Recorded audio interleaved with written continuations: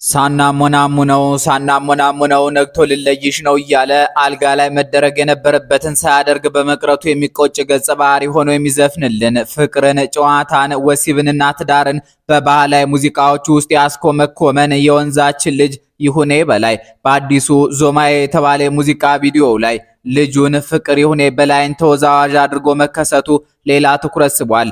ጎጃምማ እንዳለኝ ጎንደርማ እንዳለኝ እያለ የአባይን የካሳንና የመይሳውን ልጆች ያስተሳሰራቸው ደርባባው ጎጃሜ ይሁኔ በላይ ትዳሩና የኑሮ ሁኔታው አጓጊ ነው። ለልጁ ብሎ ማርሻል አርት ሰልጥኖ ቀበቶ ታጥቋል።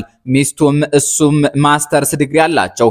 12 ዓመታትን ጠብቆ በ12ኛው ወር በሙዚቃ አልበም ብቅ ያለው የትውልዶች ማስተሳሰሪያው ይሁኔ ከአልበሙ ውስጥ መዞ ዞማዬ የሚለው ሙዚቃ አስደምጦን እኛም የሙዚቃውን ፖለቲካዊ ትርጉም፣ ታሪካዊ ፍቺና የቅኔ ምስጢሩን ስናፍታታላችሁ ሰንብተናል። የግሽ አባይ ድምቀት የጎጃም ዳሞቱ ልጅ የፊታችን ሐሙስ በሚለቀው ሙሉ አልበሙ እንጃልኝ የተባለ የአዲስ አበባን ፖለቲካ የሚነካካ የአብይን መንግስት የሚጎነታትል የተሰማውን ፖለቲካዊ ስሜት የሚያፍተለትል አነጋጋሪ ሙዚቃ አዘጋጅቷል እየተባለ ነው። በዚህ ዝግጅት እንዲህ ፖለቲካዊ ቅኔ የሚደፍረውን የባለ ሀገሩን ባህል የሚያወዳድሰውን ይሁኔ በላይ የተባለ ጎጃሜ የሀብት መጠኑን፣ የትዳር ሁኔታውን፣ የሚስቱን ምስጢሮች፣ የልጁን አስደናቂ ነገርና መሰል ጉዳዮችን እናወጋችኋለን። ለአፍታ አብረን እንዝለቅ።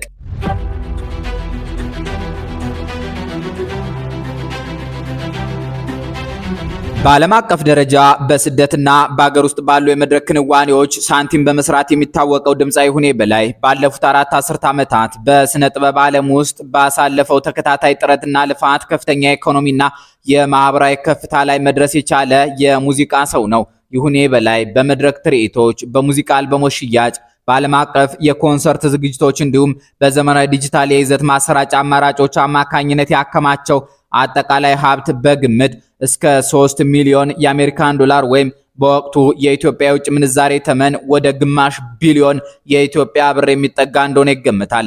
ይህ የሀብት መጠን አርቲስቱ ከሙዚቃ ጥበቡ ባሻገር የፋይናንስ አስተዳደሩንና የዲጂታል ሚዲያ ኢንቨስትመንቱን በከፍተኛ ዲሲፕሊን ይመራ እንደነበር ማረጋገጫ ነው። የይሁኔ በላይ ዲጂታል ግዛትና የማህበራዊ ሚዲያ ተጽዕኖ በዘመናዊ የሙዚቃ ኢንዱስትሪ ውስጥ ጉልህ ስፍራ ይይዛል። በአሁኑ ጊዜ ከ364,000 በላይ ተከታዮች ያሉት ይፋው የዩቲዩብ ቻናል ያለው ሲሆን በዚህ መድረክ አማካኝነት አዳዲስ የሙዚቃ ቪዲዮዎችን፣ የቀጥታ ስርጭት ትርኢቶችንና ልዩ ልዩ የቃለ መጠይቅ ፕሮግራሞችን ለዓለም አቀፍ አድማጮቹ ያቀርባል። የባህላዊ ሙዚቃን ይዘት ሳይበላሽ ለዘመኑ ዲጂታል ትውልድ ተደራሽ የማድረግ ስትራቴጂው በየወሩ ከፍተኛ የእይታና የስፖንሰርሺፕ ገቢዎችን እንዲያከማች አድርጎታል። ከፋይናንስ ስኬቱ ባሻገር ይሁኔ በላይ በመድረክ ላይ በሚያሳየው የሰውነት ብቃትና ውበት እንዲሁም በድለቃ ችሎታው ይታወቃል። በአካላዊ ቁመናው 1 ሜትር ከ78 ሳንቲሜትር ገደማ የሚረዝም ሲሆን 69 ኪሎ ግራም ያህል የተመጣጠነ ሚዛን አለው። መድረክ ላይ ሲቆም ያለው ልዩ ሞገስ፣ የከበሮ ድለቃውና የሚፈነጥቀው ባህላዊ ጉልበት ተመልካችን በከፍተኛ ሁኔታ የመሳብ አቅም አለው። ለዚህ ሲል ደግሞ ከልጁ ጋር ገብቶ ማርሻል አርት ሰልጥኗል። እናም ቀበቶ አለው። የይሁኔ በላይ የትዳር ህይወት በኢትዮጵያ የኪነ ጥበብ ባለሙያዎች ዘንድ እጅግ አርአያ የሚባልና የጸና መሰረት ያለው ነው። ይሁኔ በላይ ከሰይፉ ፋንታውን ጋር በነበረው ቆይታ ከባለቤቱ ከወይዘሮ የሽመቤት ተስፋዬ በላይ በቅጽል ስሟ ማማቱቱ ትባላለች ከሷ ጋር የነበራቸውን የትዳር ዘመን ሲገልጽ 25 ዓመታት ነው ብሎ ነበር። ይህ ታሪካዊ ቃለ መጠይቅ የተካሄደው በፈረንጆች አቆጣጠር በ2019 ዓ.ም የነበረ በመሆኑ እስከ ዛሬ 2026 ዓ.ም ድረስ ባለው ጊዜ ሂሳቡ ሲሰላ አነስተኛው 7 ዓመታት ተደምረውበታል። በዚህ መሰረት ይሁኔ በላይና ባለቤቱ ወይዘሮ ቱቱ በትዳር አብረው የዘለቁበት ጊዜ ቢያንስ 32 ዓመታትን ያስቆጠረ የጠነከረና እውነተኛ የፍቅር ጉዞ ነው። ይሁኔ በላይና ወይዘሮ ቱቱ ለመጀመሪያ ጊዜ የተገናኙት አሜሪካ ሀገር ውስጥ በተካሄደ የሙዚቃ ኮንሰርት መድረክ ላይ ነበር። ይሁኔ ያንን አጋጣሚ በቃለ መጠይቁ ላይ ሲያስታውስ ከቱቱዬ ጋር የተገናኘሁት ያው በሙዚቃ ስራዬ ነው። ሙዚቃ ያላደረሰኝ ቦታ የለም። መድረክ ላይ ሲጫወት ነው። አሜሪካ እንደሄድና አካባቢ እኔ አረጋኸኝ ወራሽ፣ ጸጋዬ እሸቱና አንድ ሌላ ሰው ነበርን። አሜሪካ የገባነው አንድ አካባቢ ነው። ሁላችንም አዲሶች ነን እና በቃ ፕሮግራም ነበረ። ማታ ላይ የባለቤቴ ወንድሞች ፕሮግራሙን ኮንሰርቱ ያዘጋጁት ነበር። እሷ እኛን ለማስተናገድ ከጀርባ ጉድ ጉድ ትላለች። አየኋት። ከዚያ በኋላ እኔ መድረክ ላይ ስወጣ ደግሞ እሷም አየችኝ። ተያየን። ከዚያ በኋላ በአጋጣሚ ሆኖ አስፈላጊው ነገር ሁሉ ወደ እኔ እየመጣ ጥሩ መስተንግዶ ተደርጎልኝ ነበር ሲል ተናግሯል። ይሁኔ በዚህ የተነሳ እንደወደዳትና እንደተጋቡ ይገልጻል። ይሁኔ ስለ ባለቤቱ መልካምነት፣ ስለ ፍቅራቸው ጥልቀትና እሱን ወደ ከፍተኛ ትምህርት እንዲገፋፋ ስላደረገችው ታላቅ አስተዋጽኦ ሲናገር ስታያት በጣም የምትወዳት ናት። በሴትነት ብቻ ሳይሆን እሷም እንደዚሁ የትምህርትን ነገር ቀድማ ማስተርሷን የያዘች ናት። እኔንም እዚህ ደረጃ እንድማር ከገፋፉኝ ውስጥ ምርጫዬ በጣም ትክክለኛ የሆነ ቱቱ የምትባል ባለቤቴ የሁለት ልጆቼ እናት የሰላምና የፍቅር እናት ናት። ሰላም ሴቷ ልጅ ናት፣ ወንዱ ፍቅር ነው። የነሱ እናት ነች የኔ ባለቤት። በነገራችን ላይ 25 ዓመታችን ነው።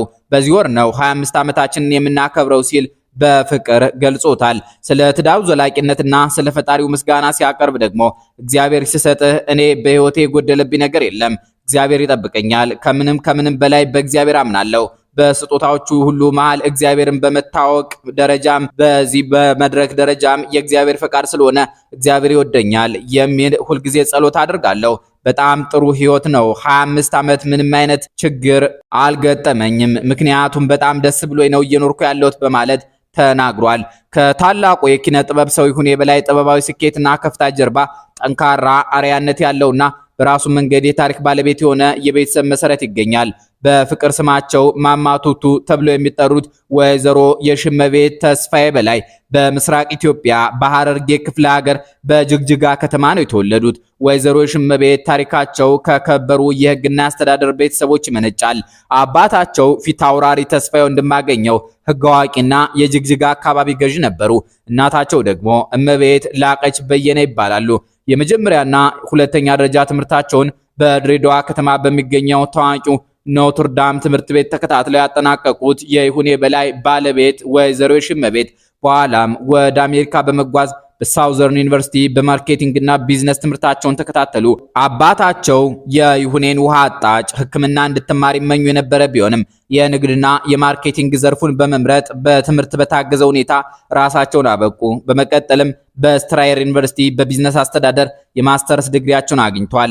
ወይዘሮ የሽመቤት ተስፋዬ በዋሽንግተን ዲሲ የሚኖረው ኢትዮጵያ ማህበረሰብ የመረጃ ክፍተት እንዳለበት በመረዳት ጥናት በማካሄድ ኢትዮጵያን የሎው ፔጅስ የተሰኘውን ታዋቂ ማህበረሰብ ቢዝነስ ማውጫ ፌከር በተባለው ኩባንያቸው ስር መሰረቱ።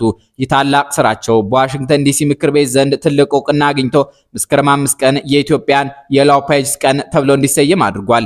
ከዚህ በተጨማሪም ወይዘሮ የሽመቤት ባውዛ የተሰኘውን በሁለት ቋንቋዎች የሚዘጋጅ ጋዜጣና የመረጃ መድረክ በመስራት ኢትዮጵያን ኤክስፖ የተሰኘውን የባህልና የማህበረሰብ ድርጅት በመምራት እንዲሁም ሊትል ኢትዮጵያ ሬስቶራንትን በመክፈት የኢትዮጵያውያንን ባህልና ንግድ አጎልብቷል። በተለይም አማርኛ ቋንቋ በዋሽንግተን ዲሲ ውስጥ በይፋ ደረጃ ከሚነገሩ የውጭ ሀገር የሥራ ቋንቋዎች አንዱ እንዲሆን ከተደረገው ታሪካዊ ዘመቻ ጀርባ የይሁኔ በላይ የትዳር አጋር ተጽዕኖ እጅግ በጣም የጎላ ሆኖ ይገኛል።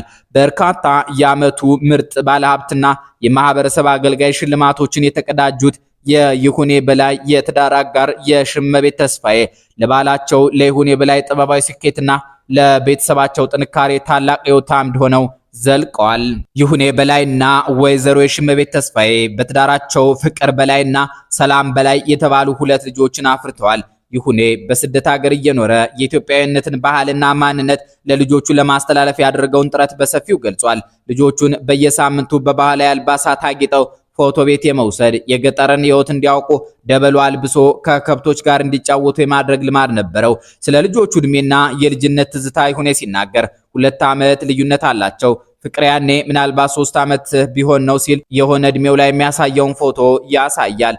እሷ ሲል የሚገልጻት ደግሞ ሰላም የተባለችውን ሴት ልጁ ነው። ከዚያም እንዲህ ይላል። እሷ 1 ዓመቷን እንደተወለደች ነው። በተቻለ መጠን አሜሪካ ሀገር ሄጄም ልጆችንም እኔንም የኢትዮጵያዊነትን ባህልን ላለመተው ብዙ ጥረት አድርጋለሁ። ባለቤቴም እንደዚሁ የኔም የምትከተል ነች። ልጆቹ የባህል ነገር ጃኖው ጭራው እኛን ሆነው እንዲሄዱ ባህላቸው እንዳይረሱ ተጨንቀን ነው ያሳደግናቸው ሲል አብራርቷል።